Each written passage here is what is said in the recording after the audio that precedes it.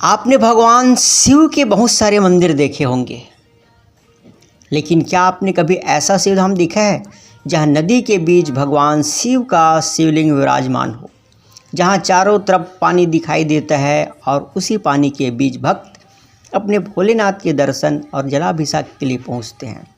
छत्तीसगढ़ में ऐसी एक जगह है जलेश्वर महादेव। यह जगह है कबीरधाम जिले के डोंगरिया गांव में, और सावन के महीने में यहाँ का नज़ारा और भी खास हो जाता है। लेकिन सवाल ये है, नदी के बीच ये शिवलिंग आया कैसे? इसे जलेश्वर महादेव क्यों कहा जाता है? और इस जगह से जुड़ी ऐसी कौन कौन सी बातें हैं जो शायद बहुत से लोग नहीं जानते? आज गोड बात में जानते हैं डोंगरिया के जलेश्वर महादेव की पूरी कहानी। हर हर महादेव। नमस्कार दोस्तों, आप देख रहे हैं, सुन रहे हैं गोड बात। हमारे चैनल पर हम छत्तीसगढ़ के लोक कलाकारों, हमारी संस्कृति, हमारी परंपराओं और हमारे प्रदेश की उन खास जगहों की बात करते हैं जिनके बारे में ज़्यादा से ज़्यादा लोगों को जानकारी होनी चाहिए। और आज सावन के इस पवित्र महीने में हम पहुंचते हैं एक ऐसे ही अनोखे शिवधाम की कहानी लेकर। नाम है जलेश्वर महादेव, डोंगरिया गांव, कबीरधाम, छत्तीसगढ़। यह सिर्फ एक मंदिर की कहानी नहीं है, यह आस्था की कहानी है, नदी की कहानी है और उन हजारों शिव भक्तों की कहानी है जो सावन में कठिन यात्रा करके यहाँ भगवान शिव का जलाभिषेक करने पहुँचते हैं। सबसे पहले जानते हैं जलेश्वर महादेव आखिर है कहाँ। जलेश्वर महादेव कबीरधाम जिले के डोंगरिया गांव में स्थित है।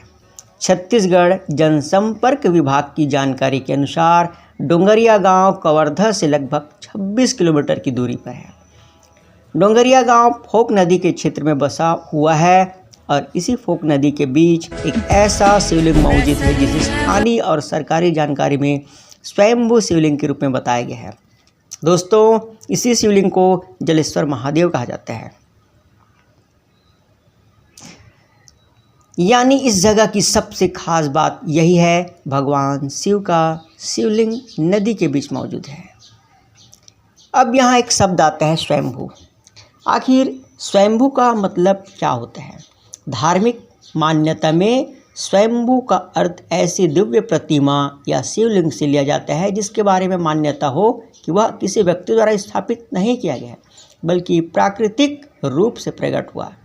जलेश्वर महादेव के बारे में भी ऐसी धार्मिक मान्यता बताई जाती है, इसलिए इस स्थान के प्रति लोगों की आस्था और भी गहरी है। लेकिन दोस्तों, यहाँ एक बात मैं साफ करना चाहता हूँ, हम धार्मिक मान्यताओं का सम्मान करते हैं, लेकिन जिस बात का ऐतिहासिक या सरकारी प्रमाण उपलब्ध है उसे हम तथ्य के रूप में बताएंगे, और जो बात स्थानीय आस्था या मान्यता है उसे हम मान्यता के रूप में ही बताएंगे, क्योंकि गोड बात पे हमारा उद्देश्य सिर्फ कहानी सुनाना नहीं है, सही जानकारी पहुंचाना भी है।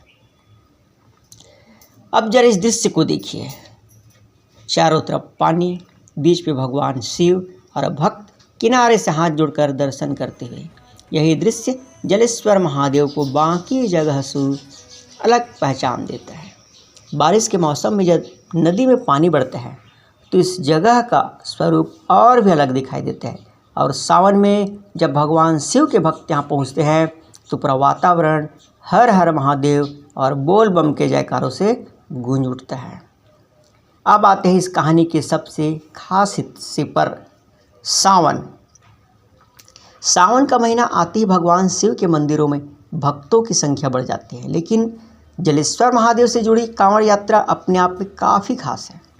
छत्तीसगढ़ जनसंपर्क विभाग के अनुसार कबीरधाम जिले के कांवड़िए मध्य प्रदेश के अमरकंटक से मां नर्मदा का पवित्र जल लेकर पैदल यात्रा करते हुए जलेश्वर महादेव पहुंचते हैं। इस यात्रा में जंगल, पहाड़, पथरीले रास्ते और लंबी दूरी सब कुछ शामिल है, और जलेश्वर महादेव इस यात्रा का एक महत्वपूर्ण पड़ाव बनता है। सरकारी जानकारी के अनुसार हर साल बड़ी संख्या में कांवड़िए यहाँ पहुंचकर भगवान शिव का जलाभिषेक करते हैं। सोचिए, कंधे पर कांवड़, कांवड़ में नर्मदा का जल, और पैरों में लंबी यात्रा की थकान, लेकिन जुबान पर एक ही नाम बोलबम और मंजिल जलेश्वर महादेव। किसी के लिए यह सिर्फ एक यात्रा हो सकती है, लेकिन ये शिव भक्त के लिए यह आस्था है, ये संकल्प है, ये विश्वास है। कई किलोमीटर पैदल चलने के बाद जब भक्त जलेश्वर महादेव के पास पहुंचता है और अपने साथ लाया हुआ नर्मदा जल भगवान शिव को अर्पित करता है, तो उस पल की खुशी शायद वही इंसान समझ सकता है जिसने ये यात्रा खुद की हो। और जलेश्वर महादेव की खूबसूरती को सावन और भी बढ़ा देता है।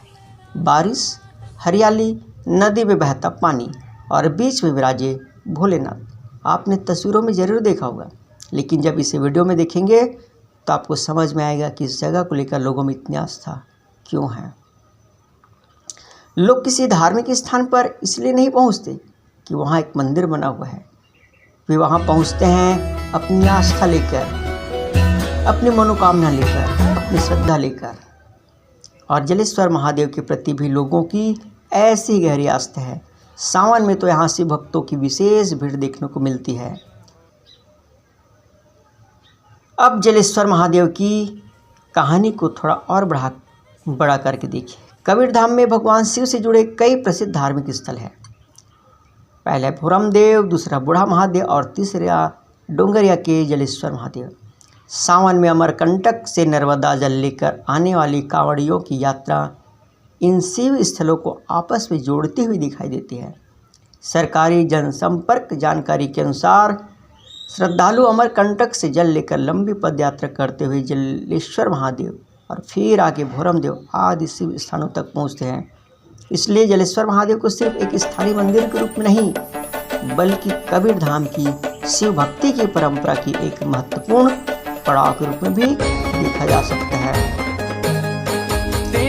तो दोस्तों, मैं आपसे एक सवाल पूछना चाहता हूँ, क्या आपने इससे पहले डोंगरिया के जलेश्वर महादेव के बारे में सुना था? अगर सुना था तो कमेंट में बताइए। अगर आप यहाँ दर्शन करने जा चुके हैं तो आपका अनुभव कैसा रहा? क्या आपने सावन में यहाँ कांवड़ियों की यात्रा देखी है? कमेंट में ज़रूर बताइए, क्योंकि हो सकता है आपके पास जलेश्वर महादेव से जुड़ी ऐसी जानकारी हो जो इंटरनेट पर भी आसानी से उपलब्ध नहीं है। तो दोस्तों, छत्तीसगढ़ की खूबसूरती सिर्फ हमारे जंगलों और पहाड़ों में नहीं है। हमारे प्रदेश की खूबसूरती हमारी आस्था, हमारी संस्कृति और हमारी परंपराओं में भी है। कबीरधाम के डोंगरिया में फोक नदी के बीच विराजे जलेश्वर महादेव ऐसी एक जगह है जहाँ नदी है, प्रकृति है, आस्था है और सावन में हजारों शिव भक्तों की श्रद्धा दिखाई देती है। अमरकंटक से नर्मदा जल लेकर निकलने वाले कांवड़िये लंबी यात्रा तय करते हैं और जलेश्वर महादेव पहुंचकर अपने भोलेनाथ को जल अर्पित करते हैं। शायद यही आस्था की सबसे बड़ी ताकत है। अगर आपको छत्तीसगढ़ की ऐसे अनसुनी जगहों और हमारे लोक कलाकारों की कहानियाँ पसंद आती है तो गोड बात से ज़रूर जुड़े रहिए। वीडियो अच्छा लगा हो तो लाइक करिए, कमेंट्स करिए और सब्सक्राइब करना बिल्कुल भी ना भूलें। मैं फिर मिलूँगा छत्तीसगढ़ की और अनसुनी कहानी के साथ। हर हर महादेव, जय छत्तीसगढ़।